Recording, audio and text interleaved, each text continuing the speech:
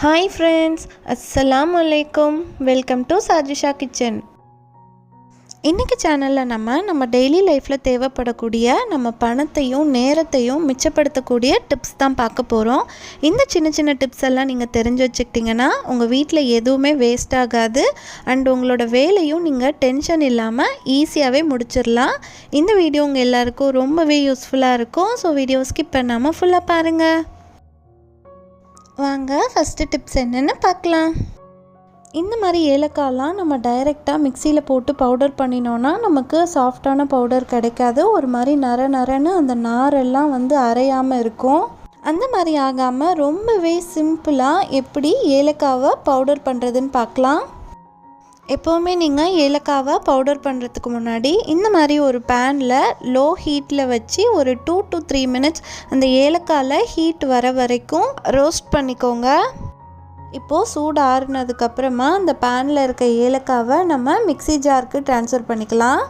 இப்போது இந்த ஏலக்காவை நம்ம ஃபஸ்ட்டு ஸ்பீடில் வச்சு ஒரு 2-3 times ஓட விட்டு எடுத்தாவே போதும். நமக்கு ரொம்பவே சாஃப்டான ஏலக்காய் பவுடர் கிடச்சிரும். பாருங்கள், அரைச்சதுக்கப்புறம் நம்மளோட ஏலக்காயில் எந்த சக்கையும் இல்லாமல் எவ்வளோ சாஃப்டாக ஃபைன் பவுடர் ஆகிருக்குன்னு உங்களுக்கே தெரியும். பவுடர் பண்ணினதுக்கப்புறமா இந்த மாதிரி ஒரு ஏர்டைட்டான டப்பாவில் ஏலக்காய் பவுடரை ஸ்டோர் பண்ணிக்கோங்க. இப்போது செகண்ட் டிப்ஸ் பார்க்கலாம். அடிக்கிற வெயிலுக்கு பனானாஸ்லாம் பார்த்திங்கன்னா வாங்கிட்டு 2 or 3 daysலேயே நல்லா பழுத்துரும். அதுக்கப்புறம் அதோட தோலெல்லாம் பார்த்திங்கன்னா ஒரு மாதிரி பிளாக் கலர் ஆகிடும். அந்த ஸ்டேஜ்லேயே நீங்கள் பனானாஸை யூஸ் பண்ணிடணும். அப்படி இல்லைன்னா கண்டிப்பாக அது அழுகி போயிடும். பனானாஸை பொறுத்த வரைக்கும் இந்த மாதிரி காம்பு பகுதி தான் ஃபஸ்ட்டு கெட்டு போக ஸ்டார்ட் ஆகும். பாருங்கள், நம்மளோட பழம் இப்போ நல்லாவே பழுத்துருக்கு. இதை இன்னும் ஒரு 1 or 2 days நார்மலாக வச்சுருந்தோன்னா கண்டிப்பாக அது அழுகி போயிடும். அந்த மாதிரி ஆகாமல் இருக்கிறதுக்கு ஒரு கிண்ணம் ஃபுல்லாக தண்ணி எடுத்துக்கோங்க. அதில் இந்த வாழைப்பழத்தோட காம்பு பகுதி மட்டும் படுற மாதிரி இந்த மாதிரி திருப்பி வச்சிட்டிங்கன்னா போதும். இன்னும் ஒரு 2 daysக்கு இந்த பழம் அப்படியே ஃப்ரெஷ்ஷாக இருக்கும். பட் டெய்லி நீங்கள் கிண்ணத்தில் இருக்க தண்ணியை மட்டும் மாற்றிட்டே இருங்க. இப்போது அடுத்த டிப்ஸ் பார்க்கலாம். நம்ம வெரைட்டி ரைஸ் இல்லை ஃப்ரைட் ரைஸ்லாம் பண்ணும்போது சாதம் உதிரியாக இருந்தால் தான் நல்லா இருக்கும். ஸோ குக்கர்லேயே உதிரியாக எப்படி சாதம் செய்கிறதுன்னு தான் டிப்ஸ் பார்க்க போகிறோம்.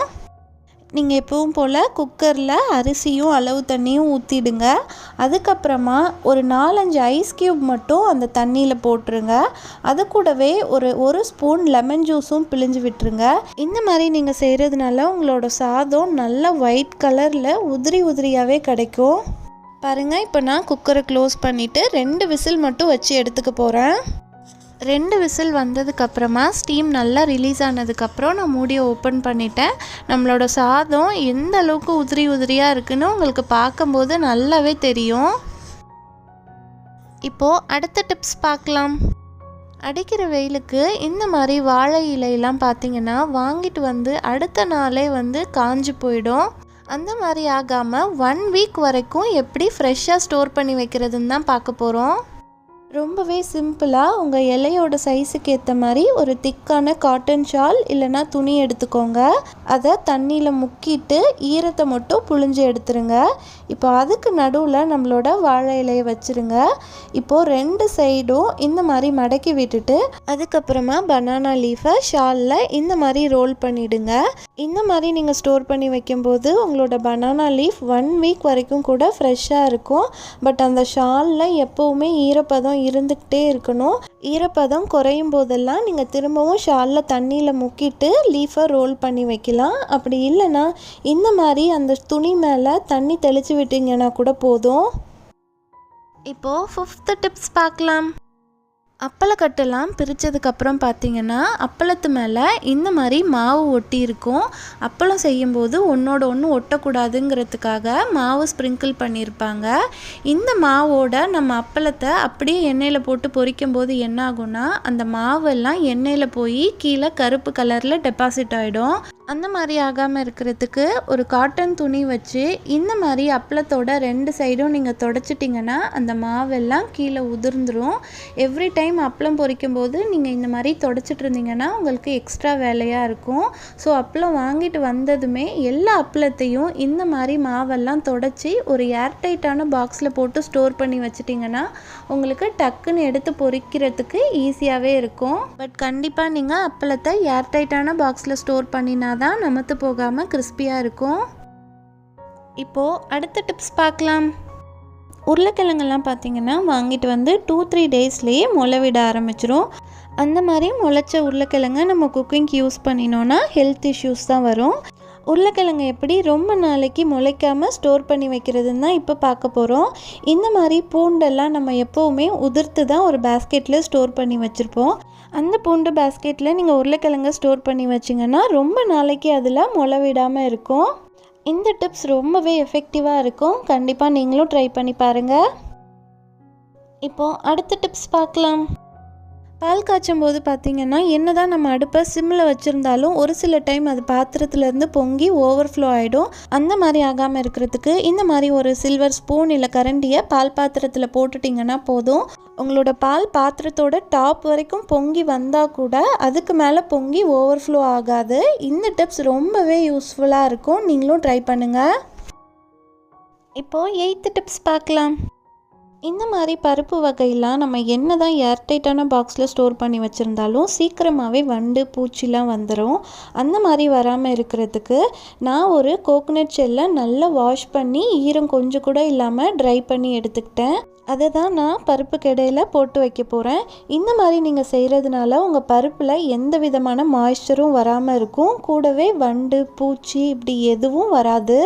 நீங்கள் லார்ஜ் குவான்டிட்டியில் பருப்பு ஸ்டோர் பண்ணுற மாதிரி இருந்தீங்கன்னா 2-3 கோகோனட் ஷெல் கூட பருப்பில் போட்டு வச்சுக்கலாம். வாங்க 9th டிப்ஸ் பார்க்கலாம். இப்போ நம்ம ஒரு சொட்டு பால் கூட யூஸ் பண்ணாமல் நல்லா கெட்டியாக க்ரீமியாக எப்படி தயிர் ரெடி பண்ணுறதுன்னு தான் பார்க்க போகிறோம். பால் இல்லாத டைமில் இந்த டிப்ஸ் உங்களுக்கு ரொம்பவே யூஸ்ஃபுல்லாக இருக்கும். பாலுக்கு பதிலாக நான் இன்றைக்கி பால் பவுடர் தான் ஆட் பண்ண போகிறேன். ஒரு கிண்ணத்தில் 2 டேபிள் ஸ்பூன் பால் பவுடர் எடுத்துக்கோங்க. அது கூடவே இப்போ நான் 1 டம்ளர் வார்ம் வாட்டர் ஆட் பண்ணி நல்லா மிக்ஸ் பண்ணிக்கலாம். அப்போ தான் அந்த பால் பவுடர் நல்லாவே கரையும். பாருங்கள், நமக்கு இப்போது நல்ல திக்கான பால் கிடச்சிருக்கு. இதை நம்ம அடுப்பில் வச்சு ஒரு கொதி வர வரையும் காய்ச்சி எடுத்துக்கலாம். கொதி வந்துடுச்சு. இப்போ நான் அடுப்பை ஆஃப் பண்ணிடுறேன். நம்மளோட பால் வெதுவெதுப்பான சூடு வந்ததுக்கப்புறமா அதில் 1 ஸ்பூன் தயிர் ஆட் பண்ணிக்கலாம். இப்போது ஒரு ஸ்பூன் வச்சு மிக்ஸ் பண்ணிவிட்டு அதுக்கப்புறமா ஒரு டம்ளர் வச்சு 2-3 வாட்டி ஆற்றுங்க. அப்போ தான் அந்த தயிரும் பாலும் நல்லாவே மிக்ஸ் ஆகும். நமக்கும் சீக்கிரமாக தயிர் ரெடி ஆகும். இப்போது இந்த பாலை நம்ம மண் சட்டியில் தான் உர ஊற்றி வைக்க போகிறோம். நீங்கள் நார்மல் பாத்திரத்தில் உர ஊற்றி வைக்கிறத விட இந்த மாதிரி மண் பாத்திரத்தில் ஊற்றி வைக்கும்போது உங்கள் தயிர் ரொம்ப நேரத்துக்கு புளிக்காமல் இருக்கும். இப்போ ஒரு 8 ஹவர்ஸ்க்கு இந்த தயிரை அப்படியே டிஸ்டர்ப் பண்ணாமல் விட்டுடலாம். 8 ஹவர்ஸ்க்கு அப்புறம் நான் மூடியை ஓப்பன் பண்ணிட்டேன். பாருங்கள், நமக்கு எவ்வளோ திக்கான தயிர் கிடச்சிருக்குன்னு உங்களுக்கே பார்க்கும்போது தெரியும். இப்போது ஒரு ஸ்பூன் வச்சு அதை எடுத்து காட்டுறேன். பாருங்கள், எவ்வளோ க்ரீம் மாதிரி திக்காக இருக்குன்னு தயிர். பால் இல்லாத நேரத்தில் நீங்களும் இந்த மாதிரி பால் பவுடர் யூஸ் பண்ணி திக் அண்ட் க்ரீமியான கெட்டி தயிர் வீட்டிலேயே ரெடி பண்ணிடலாம். இப்போது அடுத்த டிப்ஸ் பார்க்கலாம். இப்போ நம்ம டேஸ்டியான ஃப்ரூட் ஷர்பத் தான் செய்ய போகிறோம். நான் இன்றைக்கி பனானாவும் ஆப்பிளும் தான் யூஸ் பண்ண போகிறேன். உங்கள்கிட்ட எந்த ஃப்ரூட்ஸ் இருந்தாலும் அதை சின்ன சின்னதாக கட் பண்ணிக்கோங்க. கட் பண்ணினா பனானா அண்ட் ஆப்பிளை ஒரு டம்ளருக்கு ட்ரான்ஸ்ஃபர் பண்ணிக்கலாம். இப்போது அந்த ஃப்ரூட்ஸ் மேலேயே ஒரு 100 ml நன்னாரி சர்பத் ஆட் பண்ணிக்கலாம். அது கூடவே ஒரு 5 ஸ்பூன் ஊற வச்ச சப்ஜா சீட்ஸும் ஆட் பண்ணிக்கலாம். இப்போ அது கூடவே ஒரு அரை டம்ளர் காய்ச்சின பால் ஆட் பண்ணிக்கலாம். இப்போது ஒரு ஸ்பூன் வச்சு எல்லாத்தையும் நல்லா மிக்ஸ் பண்ணிட்டீங்கன்னா போதும். ரொம்பவே டேஸ்டியான ரிச்சான ஃப்ரூட் சர்பத் நிமிஷத்தில் ரெடி ஆயிரும். வெயில் காலத்தில் இந்த மாதிரி வீட்டில் இருக்க பொருளை வச்சு சூப்பர்பான சர்பத் ரெடி பண்ணிட்டோம். இஃப்தார் டைமில் கூட இந்த மாதிரி ஃப்ரூட் சர்பத் நீங்கள் ஈஸியாக ரெடி பண்ணிடலாம்.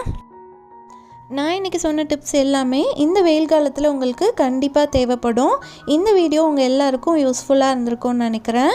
இந்த வீடியோ உங்களுக்கு பிடிச்சிருந்தா வீடியோவை லைக் பண்ணுங்கள். உங்கள் ஃப்ரெண்ட்ஸ் அண்ட் ஃபேமிலி மெம்பர்ஸ்க்கும் ஷேர் பண்ணுங்கள். மறக்காமல் சஜிஷா கிச்சனுக்கும் சப்ஸ்கிரைப் பண்ணிவிடுங்க. அப்போ தான் நான் போடுற புது வீடியோஸோட நோட்டிஃபிகேஷன் உடனே உங்களுக்கு வரும். நம்ம சேனலில் இந்த மாதிரி நிறைய kitchen tips, home tips, waste things reuse ideas பற்றி நிறைய வீடியோஸ் போட்டிருக்கோம். அதோட லிங்க் நான் உங்களுக்கு டிஸ்கிரிப்ஷனில் கொடுக்குறேன். உங்களுக்கு டைம் இருந்தால் அதையும் செக் பண்ணி பாருங்கள்.